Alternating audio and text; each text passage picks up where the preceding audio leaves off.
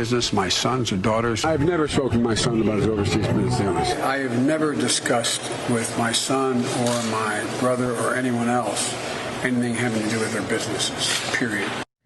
Several Republicans claiming today that the DOJ tried to, quote, obstruct today's testimony. Republican Congressman Scott Perry sits on the committee questioning Archer. He is here in moments. But first, to the senior congressional correspondent Chad Pergram with the breaking news on Capitol Hill. Chad, what are we learning?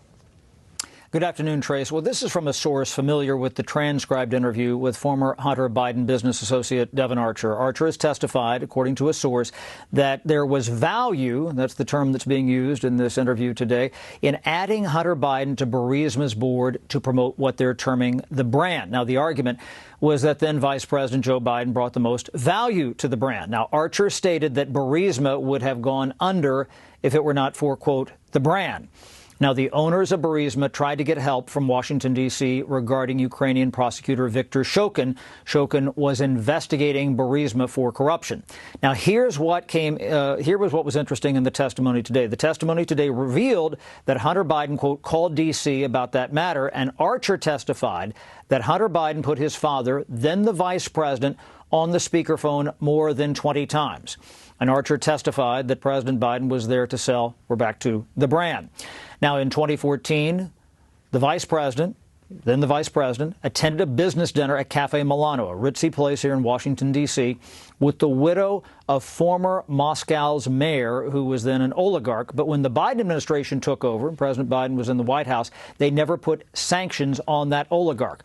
Now, depending on Republicans and depending on Democrats in the room who you talk to, you're getting a very different picture about the transcribed interview today. Listen. There still is no connection of any of Hunter Biden's business dealings with President Biden. Do you think the President of the United States is compromised based on Archer's testimony? I think so. Now, it was interesting to hear Dan Goldman, the Democrat from New York, who is the one Democratic member in the room today.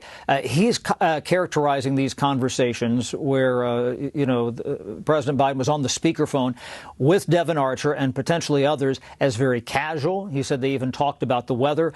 But the thing that I've been directed to here is just putting the vice president on the telephone, that kind of tips the scales a little bit, that there is an implication there, that the imprimatur is that maybe you should do things a certain way, because they keep coming back to this idea of, quote, the brand. This isn't just somebody else's father. This is the vice president of the United States, now the president of the United States. Does this, in fact, have a smoking gun?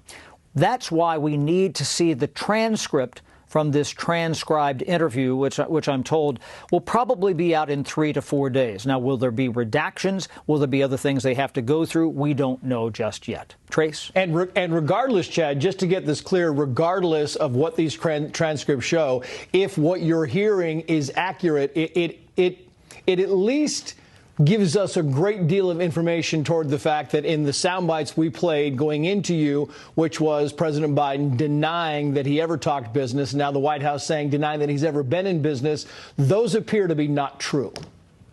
The question is whether or not the president and his staff at the White House have been inconsistent. And if you can counteract that against what comes out in this transcript in a couple of days, that's going to be very important. Again, tone and other information that maybe Dan Goldman is talking about is going to